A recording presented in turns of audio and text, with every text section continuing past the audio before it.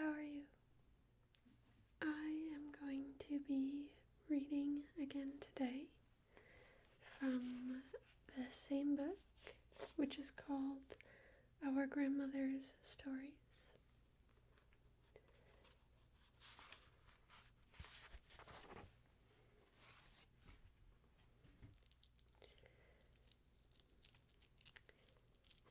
The third chapter, or the third story, is called The Disaster of a Day. Children, I will tell you this evening of the misfortunes that befell me that one day. When I was about 12 years old, which at the time they happened, seemed almost too great for me to bear. But when I look back to that time, I cannot forbear smiling at some of the circumstances connected with that day's trials. And I presume the story will excite a feeling of merriment in some of my little listeners. At the same time, I shall have your sympathy when it is really needed. At the time of which I speak, I went to a large school where, among other girls of my own age, I met with one somewhat older than myself,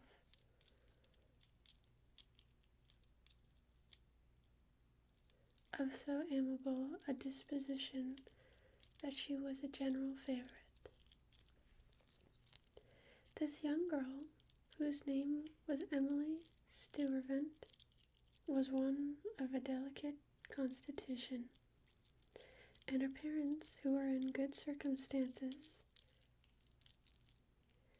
thinking the country air might benefit their child, placed her to board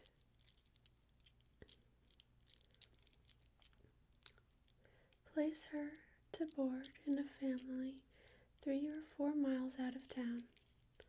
She still attended school and often urged her schoolmates to visit her at her pleasant boarding place. One bright day in early autumn, a half-dozen girls, of whom I was one, concluded to accept the invitation to visit our friend. We were to go directly after school, which was dismissed at 12 o'clock. We had a very long walk to take. However, we did not mind that, as the day was bright and beautiful, our spirits light, happy, and full of anticipated enjoyment. We were kindly received by Emily, but observed a shade on her usually serene face, and an uneasiness of manner that led us to suppose she was not as happy as usual. At length she told us the woman of her house was very angry at our coming, and refusing to let us remain indoors.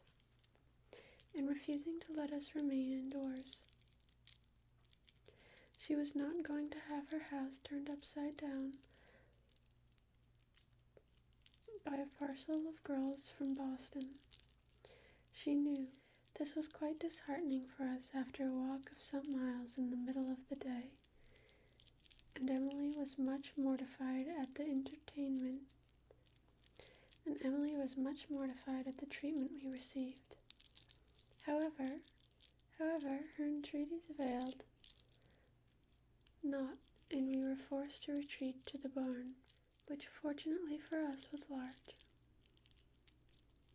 There we took off our bonnets, seated ourselves upon the sweet-smelling hay, although quite hungry and with spirits somewhat depressed by the reception we had just met with.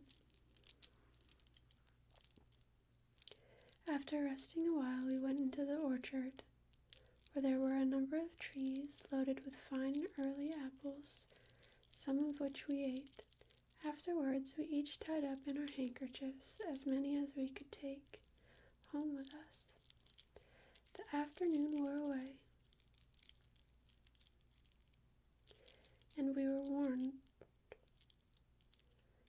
warned by dark clouds that were now gathering, and a few drops of rain that fell on us, to turn our faces homeward. But as we had not been allowed to enter the house or offered any refreshments, we did not anticipate so pleasant a walk.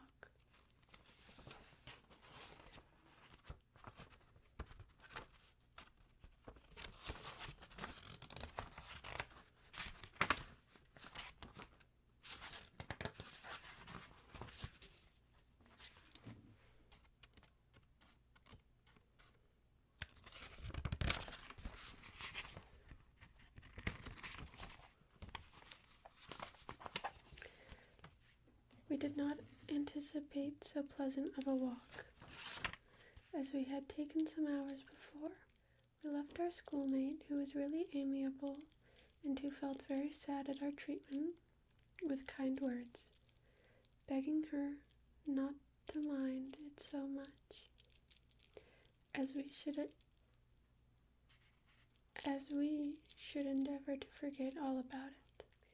We had not gone far on our way when the clouds that had not long threatened began to pour down their treasure. The air which had been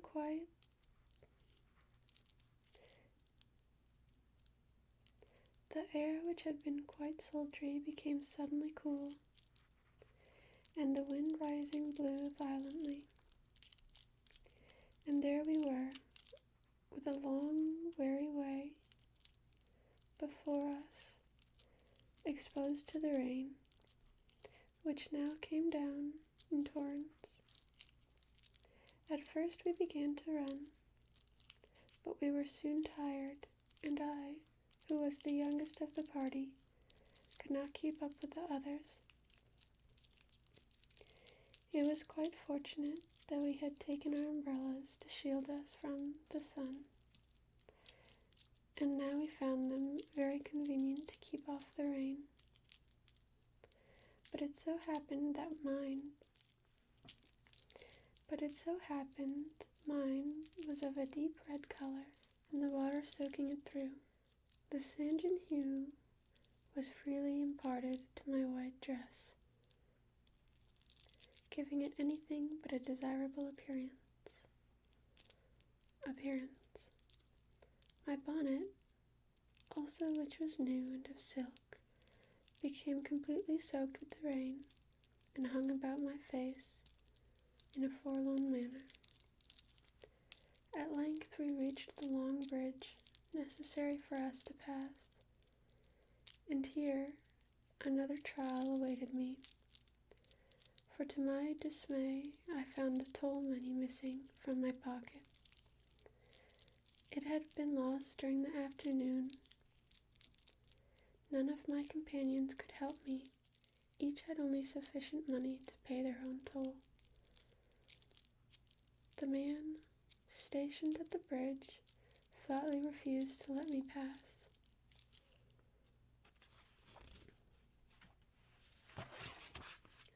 What was to be done? Disheartened, dripping wet, fatigued, and my companions all gone on before me, the unfeeling man declared he would keep me there all night. In vain I urged that I had lost my money, which he pretended not to believe, and that I would come next day to pay all. He laughed coarsely and said, "You shall not go." At last, rendered desperate, I rushed past the man, who shouted after me, and appeared about to pursue me, only I flew, calling to the girls who had left me, but they were too anxious for themselves to wait for the poor tired girl who had been so roughly treated and who now repented that she had not stayed home. The shower was now over. The sun burst forth in all its splendor, and a beautiful rainbow spanned the heavens. Although I had been so troubled, my heart responded to the glorious scene. I felt all its beauty, and my ruffled spirit yielded to its soothing influence. I had now reached town, and a pitiful-looking object I was in that brilliant sunlight, with the dress all spattered with mud, and the face spoiled with tears, and the red drops from my umbrella sprinkled all over my shoulders. And my adventures were not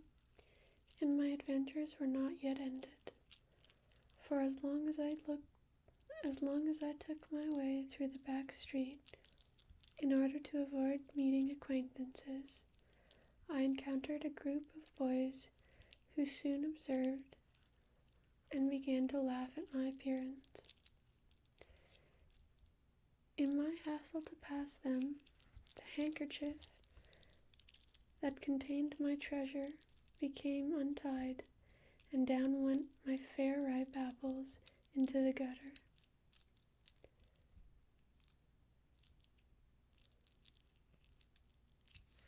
Pursued by the boys,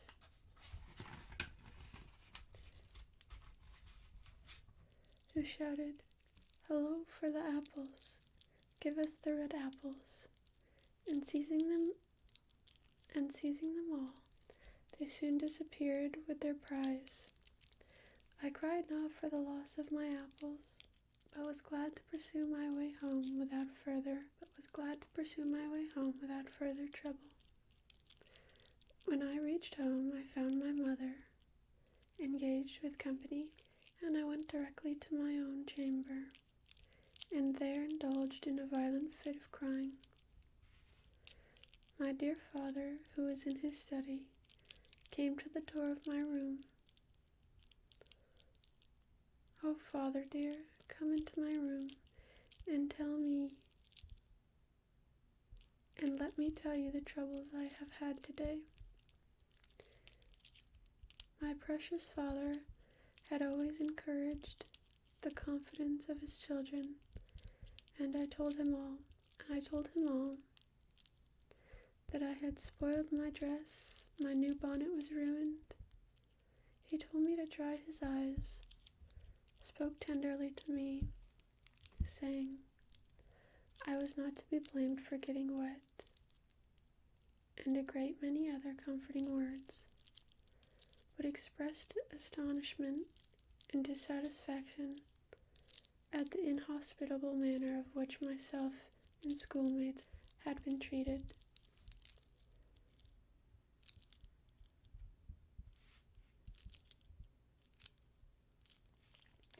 Precious parent, how comforting to my wounded spirit was the sympathy of the calm and loving soul. After I removed my wet and spoiled garments, I went to the parlor to see the friends who were visiting us, and in the social circle endeavored to forget the disasters of the day. My dear father had occasion to pass by that house many times afterwards, and I had heard him say he could hardly resist the desire of calling upon the woman who was so unkind to us.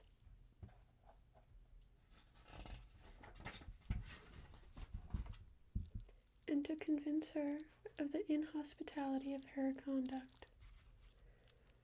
"You would not have treated any children in such a manner, dear grandmother," said little Alice. "No, indeed, Alice," said Annie. grandmother was always as kind to children as she was to us. I love children, said the grandmother. I do not forget that I was once a child, that I thought and acted as one. And although I am now old, I love to see the merry faces of the young and to hear their joyous tones. Yes, I think that house, desolate indeed, where the sound of children's busy feet and happy voices never comes. Good night, my dears.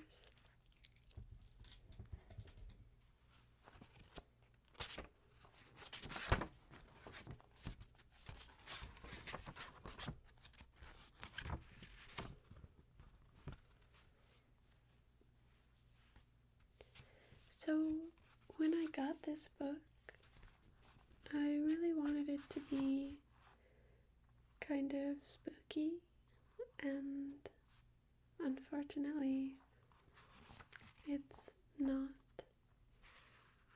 But I do like how old it is. There are some words in here which I haven't heard before, which I think is cool.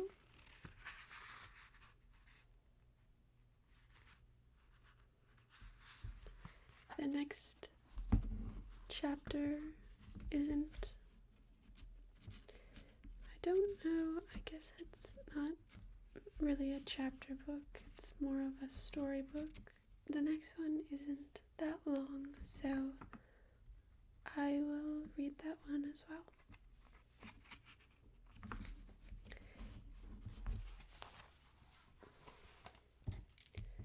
This one is called The First Visit to Our Grandparents. The sweet twilight hour has come again. Emma and Annie were waiting for the promised story. Come take your seat upon the sofa.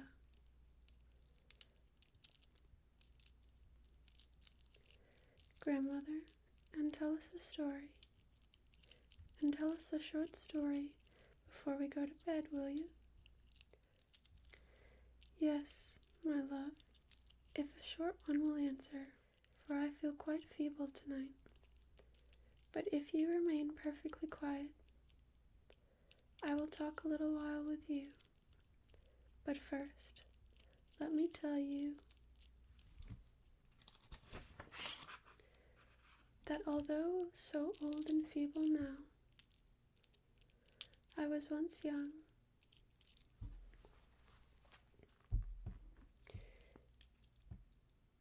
and as sprightly as yourselves. Once had dear grandparents to whom I made a visit when I was very young, and it is about that visit I am now going to tell you.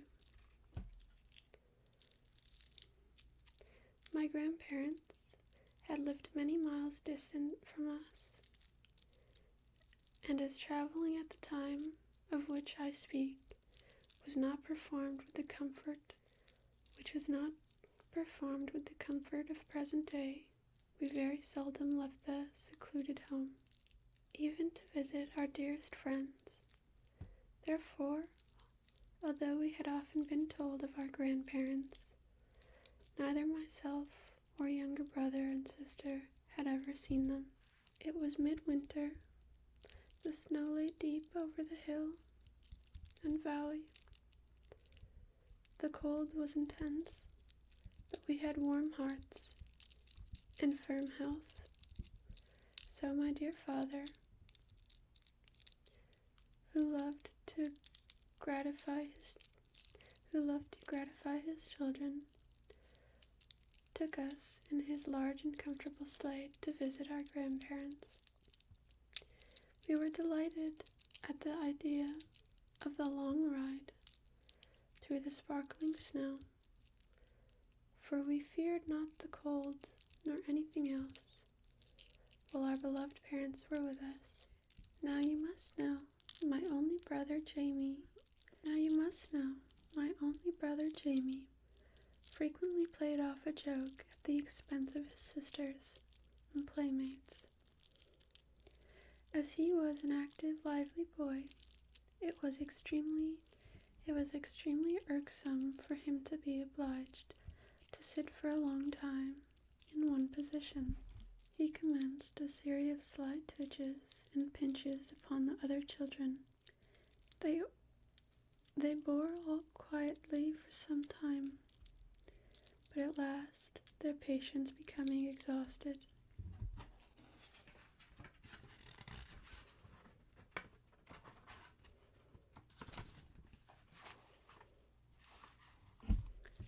they made known their grievances to our father.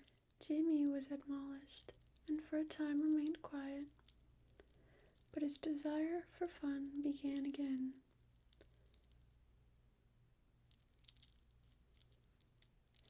He attacked upon the children. His attack upon the children was renewed. My father's eyes were upon him, and seeing him inclined to disobey, he stopped at once, without saying a word, lifted Jasmine out onto the deep snow, and drove off. We looked at our father in astonishment, for we could not believe it possible that he would leave our light-hearted brother in the snow. "Father, father," cried Jamie, "let me come into the sleigh again." On and on we went, my father not noticing his urgent request. Then we exclaimed, "Oh, father, do let Jamie come into the sleigh. He will obey you now." "Well then, we will see," said my father, as he drew in the reins and waited for poor Jamie, who was tugging through the deep snow. "Now, my son, I hope you will be quiet for the remainder of our journey, and I think you will find it more comfortable and pleasant riding with us than wading through the snow in an unfrequented road. There never was a more loving father than ours, but we were early taught that no act of disobedience would pass unnoticed. At last we arrived at the house of our grandparents, and although so many years have passed, I will remember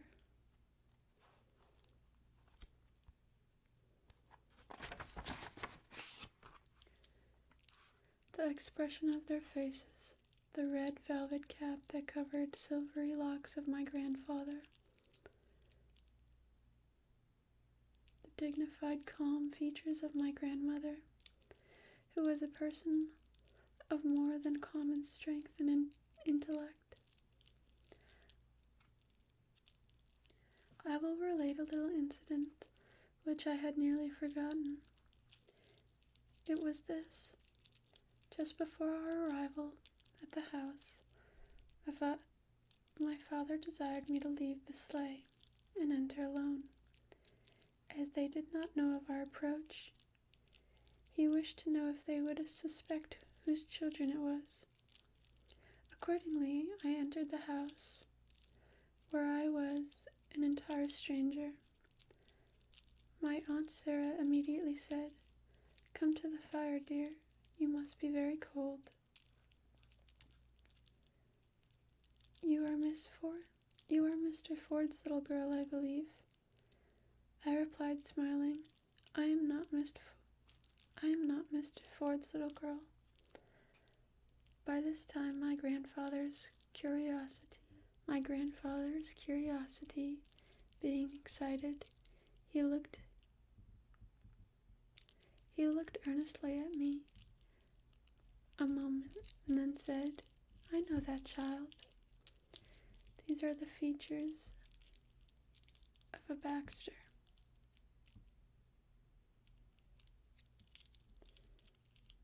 At that moment, the jingle of bells was heard, and up come the whole party, and aimed the cheering of the children and the shaking of hands. We were welcomed to the home of our grandparents. There we enjoyed ourselves finely. The feast of good things were spread for us. Many affectionate inquiries made, and all were content and happy.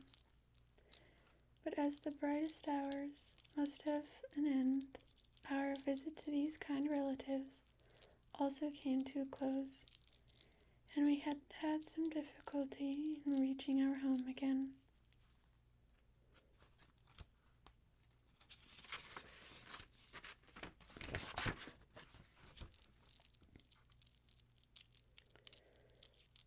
Owing to the sudden melting of the snow, it became a tedious operation for our good horse to draw the sleigh over the bare ground, which he was obliged to do a great part of the way.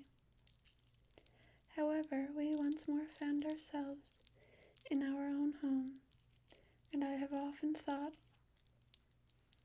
with pleasure of this first visit to my grandparents.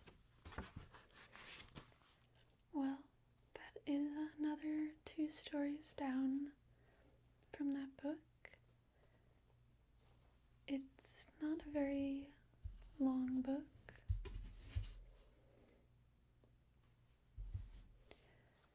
but I hope you have a wonderful day or night, and I will see you soon.